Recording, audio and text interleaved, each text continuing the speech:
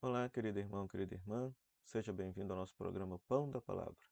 Minha saudação aos queridos radioouvintes da Rádio Comunidade FM de Bom Sucesso, da Web Rádio Nossa Mãe de Birité, e você que nos acompanha aqui pelas nossas redes sociais, pelo YouTube, Facebook, Instagram e TikTok.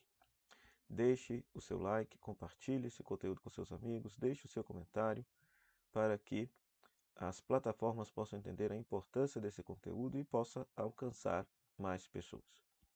Nesse domingo nós estamos celebrando Pentecostes, a solenidade da vinda do Espírito Santo, e com essa celebração nós encerramos o tempo litúrgico da Páscoa, tempo da Páscoa. Vocês perceberão que a igreja nasce com a vinda do Espírito Santo e nós temos duas teologias distintas acerca da vinda do Divino Espírito Santo, mas todas elas com a mesma finalidade, de dizer que a igreja nasce com a vinda do Espírito Santo e com a vinda do Espírito Santo nasce a missão da igreja de evangelizar, né? Então nós vamos percorrer aqui as leituras da Vigília de Pentecostes, que seria prevista para o dia do sábado, e as leituras de domingo, que são previstas para a missa do dia de Pentecostes. Tá certo? Então, antes de mais nada, vale ressaltar que a Pentecostes, antes de ser uma festa cristã, era uma festa judaica. Ok? Então, não perca isso de vista. Era uma festa que se celebrava 50 dias após a Páscoa, então por isso Pentecostes, de 50 dias. E essa festa judaica celebrava duas coisas: o início das colheitas, preste atenção nisso, e o dom da Torá, ou seja, o dia no qual Moisés recebeu as tábuas da lei no Monte Sinai. Ok? Então, de posse dessas informações, você verá que Lucas faz uma teologia belíssima acerca da vinda do Espírito Santo. Então, a primeira leitura da Vigília de Pentecostes seria Gênesis capítulo 11, versículo 9, esse relato mitológico da Torre de Babel, onde que todos falavam uma só língua e construíam uma torre para até chegar ao mundo divino. Então, Deus confunde as línguas e ninguém se entende mais. Então, aqui preste atenção que nesta primeira leitura, todos falavam uma só língua e depois passam a falar várias línguas e não se entendem mais. Ok? A segunda possibilidade de leitura seria justamente Êxodo, capítulo 19, versículo 3 a 8, versículo 16 a 20, onde fala que Deus desce no Monte Sinai e entrega as tábuas da lei para o povo de Deus, por meio de Moisés. E o povo diz: nós vamos obedecer a tudo isso que o Senhor nos disse. Faremos tudo o que o Senhor nos disse. Então é muito interessante. Por quê? Porque é justamente o dom da Torá que é celebrado. É o dom da Torá que é celebrado da tradição judaica. Então vocês entenderão por que que Lucas faz o Espírito Santo vir justamente no dia em que as tábuas da lei são entregues a Moisés. Depois nós vamos ter a profecia de Ezequiel, capítulo 37, versículo 14, essa cena famosíssima no qual, por meio da invocação do profeta Ezequiel, o Espírito Santo ressuscita uma série de ossos ressequidos, tornando-os um exército de gente nova. E no final do texto se diz que aquilo era uma metáfora para dizer do povo que está exilado, que acha que está morto, que está exilado e que um dia voltará para a terra prometida. Então preste atenção nesta mensagenzinha também. Depois, a profecia de Joel, capítulo 3, versículo 5, onde fala que Deus vai derramar sobre todo ser humano o Espírito Santo. Isso seria um sinal do fim dos tempos. Então, todo ser humano. Então, filhos e filhas, anciãos, jovens, escravos, todos receberiam o dom do Espírito Santo quando chegasse o fim dos tempos. Ok? Depois, o Salmo 103 e 104, que é o mesmo salmo do domingo, onde fala que o Espírito Santo produz o equilíbrio na natureza, né? Ou seja, e renova toda a face da terra do ponto de vista natural, que o Espírito Santo provoca justamente o equilíbrio da natureza, né? Depois, a segunda leitura da vigília seria Romanos capítulo 8, versículo 22 a 23, onde fala que o Espírito Santo geme em nosso coração, ou seja, reza em nós, intercede em nosso favor com gemidos inefáveis. Que o Espírito Santo está dentro do coração daquele que crê e o próprio Espírito Santo ajuda a pessoa a rezar e intercede a Deus, graças, dons e bênçãos que a própria pessoa não tem consciência disso, né? E é interessante frisar que o início das leituras, o início da primeira leitura, se trata justamente do quê? Da criação que está gemendo em dores de parto, esperando também a libertação, a ressurreição dos filhos de Deus. Ou seja, o enfoque de que a renovação, a salvação definitiva não é só para o ser humano, mas para toda a criação que está mergulhada no pecado por causa do pecado do ser humano. Repare que no versículo 23 se fala dos primeiros frutos do Espírito. Guarde essa imagem. Guarde essa imagem dos primeiros frutos. Tem a ver com colheitas. Tem a ver com colheita. Ok? Pois muito bem. E aí no Evangelho da Vigília, João capítulo 7, versículo 37 a 39. Quando Jesus fala que todo aquele que nele crê, do seu interior jorrarão rios de água viva. Ou seja, que o Espírito Santo, no coração do fiel, se tornará uma fonte de vida de Deus, de vida eterna no coração daquele que crê.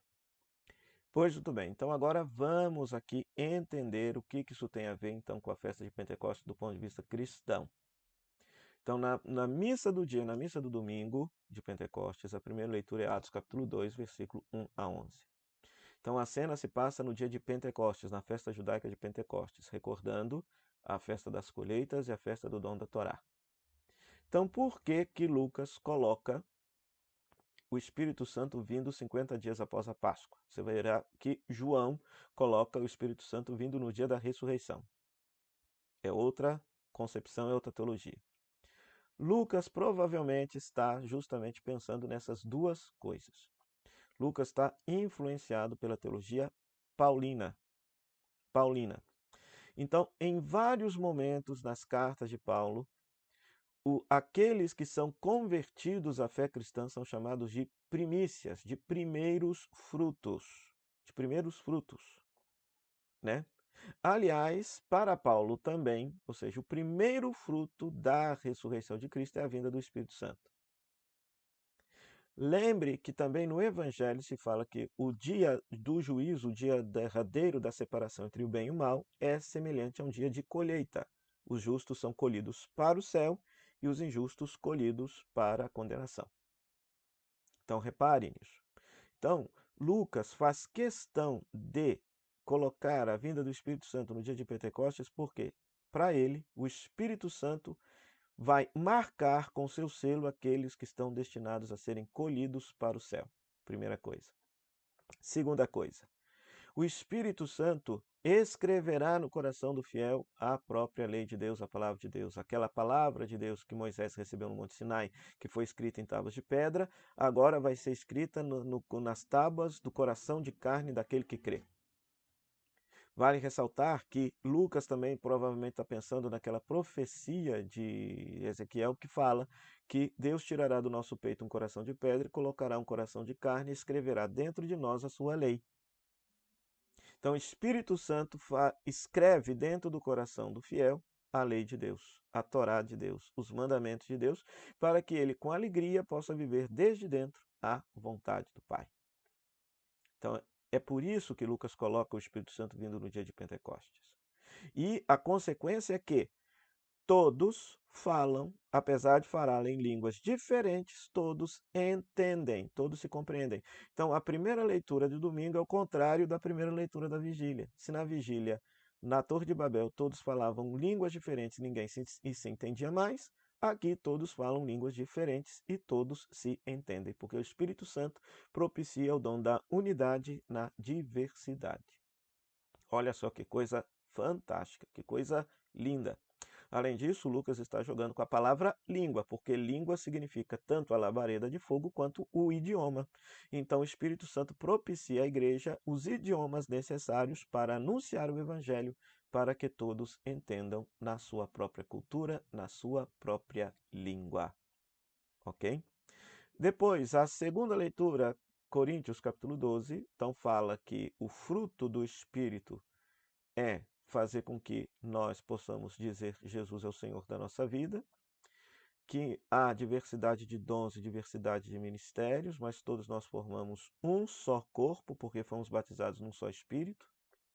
Então, o Espírito Santo nos concede o dom da unidade, o dom da unidade. A outra opção de leitura seria Romanos capítulo 8, onde fala que se nós nos deixamos conduzir pelo Espírito Santo de Deus, então nós não viveremos mais segundo a carne. E a carne aqui significa viver segundo seus interesses egoístas. Você viverá a sua vida a partir dos critérios de Deus. Tá certo? E esse Espírito, olha lá, versículo 11, é que vai nos ressuscitar, porque foi esse Espírito Santo, foi o Espírito Santo, foi pelo poder do Espírito Santo que o Pai do céu retirou Jesus do mundo dos mortos, ressuscitando-o e introduzindo-o na vida eterna. Na vida eterna, né? E mais, versículo 15, o Espírito Santo faz com que a gente adquira uma relação filial para com Deus. Deus é nosso Pai e nós somos seus filhos amados. É o Espírito Santo que faz com que a gente se relacione com Deus como nosso Papai do céu. E o Evangelho, veja só, João capítulo 20, narra o dia da ressurreição. Jesus ressuscitado se manifesta aos discípulos e nesse dia, olha lá, versículo 22, soprou sobre eles e disse, recebei o Espírito Santo. Para João, o Espírito Santo é dado no dia da ressurreição de Jesus. Por quê? Porque o dia da ressurreição é o dia da nova criação. Lá no livro do Gênesis, no primeiro dia da criação, o Espírito pairava sobre as águas para organizar o caos. Aqui, no primeiro dia da nova criação, o Espírito Santo precisa vir sobre o ser humano para organizar o caos da desordem do pecado provocado pelo ser humano. Então, é uma coisa muito linda, uma coisa muito bela, né? Da mesma forma como que Deus soprou lá no bonequinho de barro no livro do Gênesis e ele se tornou um ser vivente, agora Jesus sopra sobre a igreja, o Espírito Santo, e a igreja se torna a semente da nova humanidade. Então, a igreja, por obra do Espírito Santo, é a semente de uma nova humanidade e não deve viver de acordo com o mundo pecaminoso.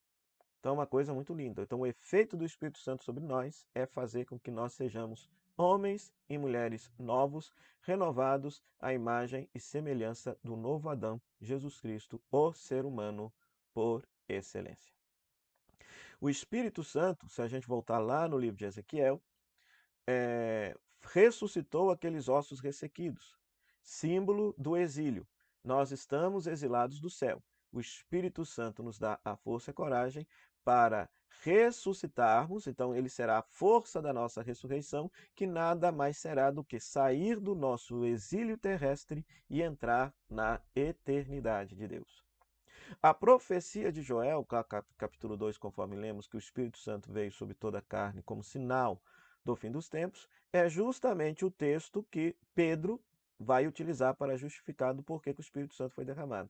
É porque desde a ressurreição de Jesus, nós já entramos no fim dos tempos, no tempo definitivo da salvação de Deus. A intervenção definitiva de Deus para salvar o ser humano já aconteceu com a encarnação, vida, paixão, morte e ressurreição de nosso Senhor Jesus Cristo, né? E, por fim, se a gente teria uma outra opção de leitura, João capítulo 14, no qual Jesus vai dizer que o Espírito Santo vai ensinar tudo e recordará tudo o que Jesus ensinou. Então, o Espírito Santo faz com que o fiel, o seu discípulo, possa recordar tudo aquilo que Jesus disse e fez e atualizar a sua mensagem, o seu evangelho nos dias de hoje. O Espírito Santo ajudará o cristão a responder a seguinte pergunta: o que Jesus faria se estivesse aqui no meu lugar? Te iluminará e te dará o discernimento necessário para ser fiel ao evangelho no dia de hoje. Então, louvamos e agradecemos a Deus pelo dom do Espírito e peçamos a Deus que o nosso coração se abra para acolher o dom do alto. O Senhor esteja convosco, Ele está no meio de nós, que a bênção de Deus Todo-Poderoso, Pai, Filho e Espírito Santo, desça sobre você e permaneça para sempre. Amém. Meu muito obrigado à Rádio Comunidade FM, à Web Rádio Nossa Mãe de Birité e a você, querido rádio ouvinte internauta. Até o próximo programa, o Pão da Palavra, se Deus quiser. Tchau, tchau.